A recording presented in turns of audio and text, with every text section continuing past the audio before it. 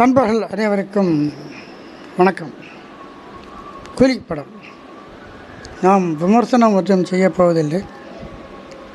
அந்த படம் வருவதற்கு எவ்வளவு பில்டப் கொடுத்தார்கள் நமக்கு தெரியும்.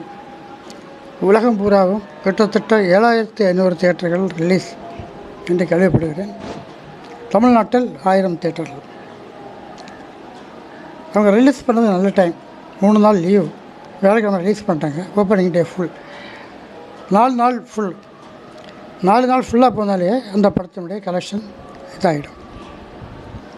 கிடச்சோம் போட்ட காசு கிட்டத்தட்ட வந்துடும். அதுக்கப்புறம் ஓடிடி அந்த இதெல்லாம் இருக்குது. ரெண்டாவது எல்லாம் சரி, 1000 கோடி வசூல். அந்த இடத்த தூக்கி சாப்பிட்றோம், அந்த படத்தை தூக்கி சாப்பிட்றோம், பெரிய உலக ரெக்கார்டு படைச்சிடணும் எல்லாம் பேசினேன். ஆனால் நடந்தது என்ன? அது ஒரு வழக்கமான மசாலா படம். ரஜினி மட்டும் இல்லை, ஒவ்வொரு ஸ்டேட்லேருந்து ஒவ்வொரு சூப்பர் ஸ்டார் இருக்கார். ஆக credits goes to all. Especially இன்றைக்கி பேர் வாங்கியிருக்கிறது அந்த மலையாள ஆக்டர், பேர் மறந்துட்டு அந்த மலையாள படத்தில் மஞ்சுமல் பாய்ஸில் வருவார், அவருக்கு தான் பேர். சரி, இப்படி எதுக்கு இந்த மாதிரி படங்கள் ரஜினி எடுக்கிறாரு அல்ல இந்த டைரக்டர் எடுக்கிறதுன்னு தெரியல. படத்தில் ஒன்றும் இல்லை, வெட்டு குத்து மாறி மாறி பழி வாங்கியது ரத்தம். இந்த தான் சொல்கிறார். சமூகத்துக்கு அவர் என்ன சொல்கிற விரும்புகிறார் ரஜினி? வன்முறையை கன்வே பண்ணுறாரா? அதுதான் எனக்கும் புரியலை. இந்த வயசுக்கு வேறு நல்ல படங்களில் முள்ளு மலரும் எத்தனையோ கதைகள் இருக்குது. சரத்குமார் நடிச்சால ஒரு அந்த பிஹெச் அந்த படம், ஒரு ஃபாதர் கேரக்டர், அது மாதிரிலாம் பண்ண அட்டகாசமாக இருக்கும். அவர் ஏன் பண்ண மாட்டாங்கிறாரு? எதுக்கு இந்த வெறி, கொலை வெறி?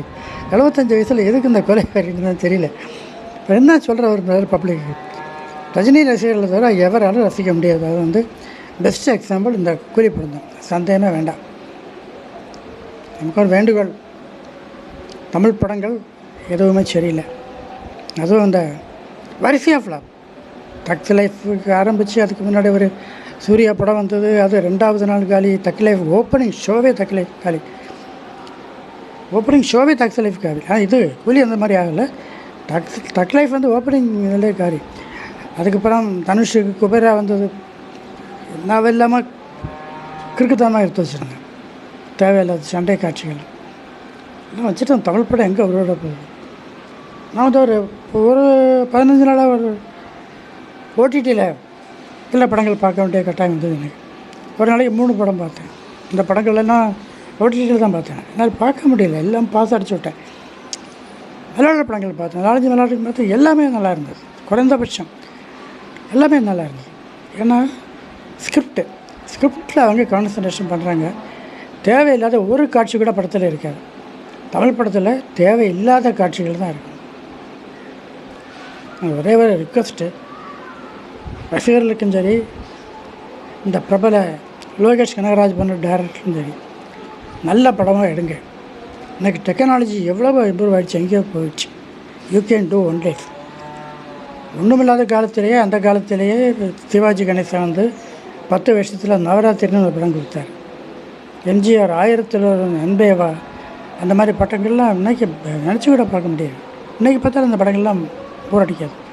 மலையாளத்தில் 68 செம்மின்னு ஒரு படம் வந்தது, அது வாங்காத அவார்டே இல்லை. இன்றைக்கி யூடியூப்பில் இருக்குது, போட்டு பாருங்கள். அது மாதிரி இன்றைக்கி எடுக்க முடியாது. அந்தளவு ஸ்டோரி, ஆக்டிங், பாட்டு, இந்த வே ஆஃப் டேக்கிங், இதெல்லாமே நானே அந்த காலத்தில் 3 தடவை பார்த்தேன். இன்றைக்கி மலையாளத்தில் கூட அந்த மாதிரி படங்கள் வரதில் இருந்தால் நல்ல படங்கள் வருது, அதை மறக்க முடியாது. இன்றைக்கி மலையாள படங்கள் வந்து தமிழ்நாட்டிலையும் ஓட ஆரம்பிச்சிட்டு. அதுக்கு காரணம் இதுதான். இன்னும் இவர் படம் மஞ்சுமல் பாய்ஸ் மலையாளத்திலே தமிழ்நாட்டில் ஓடிச்சு. கேரளாவில் ஓடுனதை விட தமிழ்நாட்டில் கலெக்ஷன் கூட. இதெல்லாம் எப்படின்னு நம்ம தமிழ் ரசிகர்கள், இயக்குநர்கள் ஆலோசிக்க மாட்டாங்க. ரஜினி போட்டோம்னா ரஜினிக்கு ஒரு மாஸ் கொடுக்க வேண்டியது பில்டப். அப்படி இப்படி 20 கோடி கலெக்ட் பண்ணிடும், 1000 கோடியை தாண்டிடும். முதல் தமிழ் படம் ஒரு மண்ணாங்கட்டியும் நடக்க போகிறதில்ல. 1000 கோடியெல்லாம் நீ ஒழுங்காக எடுத்தாலும் கிடைக்கும். புஷ்பா அந்த மாதிரி படங்கள்லாம் எப்படி அடித்தாங்கன்னா காரணம் ஹிந்தியில் ஓடிச்சு. ஹிந்தியில் அது மாதிரி ஓடிச்சு. தமிழில் வந்து அது மாதிரி உங்களால் எடுக்கவும் முடியாதுன்னு நினச்சி பார்க்க வேண்டாம். நல்ல கதையில் தேட தருங்க. ரெண்டாவது, எழுத்தாளர்களை மதிக்க கற்றுக்கொண்டு. தமிழ்நாட்டில் ரொம்ப நல்ல எழுத்தாளர் இருக்கிறார். அந்த காலத்திலேயே ஜெயகாந்தனுடைய இந்த ஒரு நடிகை நாடகம் பார்க்கிறாள் அந்த மாதிரி படங்கள்லாம் ஓடிச்சு. பெருசாக ஆஹா ஓஹோன்னு அதிரபுதிரி ஹிட்டெல்லாம் அடிக்கல, பட் போட்ட காசுக்காக இருந்துச்சு. அது மாதிரி போயிடுச்சு. அது மாதிரி பண்ணுங்களேன். நீங்கள் எதுக்கு போட்டு 100 கோடி 200 கோடி 500 கோடி செலவுங்கிறாங்க. அதில் 200 கோடி ரஜினிக்கும், நாகார்ஜுனுக்கு ஒரு 100 கோடி, எல்லாம் போக 100 கோடியில் படத்தை முடிச்சு வச்சுருக்கீங்க. இஷ்டத்தையும் செலவு பண்ண வேண்டியது. ஆனால் படம் இப்போ வந்துடும், வெற்றி விழா கொண்டாடிடுவாங்க. அதெல்லாம் ஒன்றும் சத்தம் கிடையாது. பயங்கர வெற்றின்னு சூப்பர் ஹிட்டும்பாங்க. ஒரே ஒரு வேண்டுகோள், ரசிகர்களை ஏமாற்றாதீங்க. உங்களை யாரும் இயக்குனர்னு ஒத்துக்கவே மாட்டேன். நீங்கள் தான் மசாலா அரைச்சி கொடுக்குறீங்க, அவ்வளோதான். வெறும் மசாலா. ட்ரை முடிஞ்சாலும் நல்ல படங்களை கொடுத்து தமிழ் படத்தை காப்பாற்றுங்க. இந்த கோடிக்கணக்கில் சம்பளம் எல்லாம் வேஸ்ட்டு இருக்குது. தேட்டர்லாம் இப்போ கிடையாது. இப்போ நான் இயக்குனர் இருந்த காலத்துல எல்லாம் என்ன படம் எடுத்தாலும் தேட்டரு கிடைக்கும். ஏன்னா ஊருக்கு 10-15 தேட்டர் இருக்கும். ஒரு தேட்டரில் இன்னொரு தேட்டர் படத்தை ரிலீஸ் பண்ணிடலாம். இன்றைக்கி ரிலீஸ் பண்ணவே முடியாது. எவ்வளோ செலவழித்து எடுத்தாலும் ரிலீஸ் பண்ணவே முடியாது. தேட்டர் யார் வச்சுருக்காங்களோ அவங்க காலில் தான் போய் விழணும். அவ்வளோ கஷ்டங்கள் இருக்குது. இன்றைக்கி தமிழ் திரை உலகம்னு சொல்லி பெரிய ஒரு சூதாட்டம். சினிமாவே வேண்டாம்.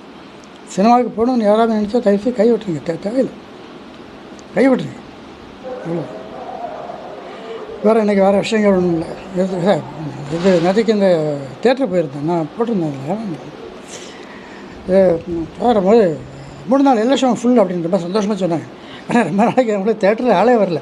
இப்போ 3 நாள் ஹவுஸ் ஃபுல்லுன்னு அவங்களுக்கு பெரிய சந்தோஷம். ஓகே சரி, 4வது நாள் என்ன பண்ணுவீங்க, அடுத்த வாரம் என்ன பண்ணுவீங்க? அவங்க படம் கஷ்டம்தான். சரி போட்டு வர. இப்போ நம்ம பேசி என்ன பிரயோஜனம்? நன்றி, வணக்கம், தேங்க்யூ.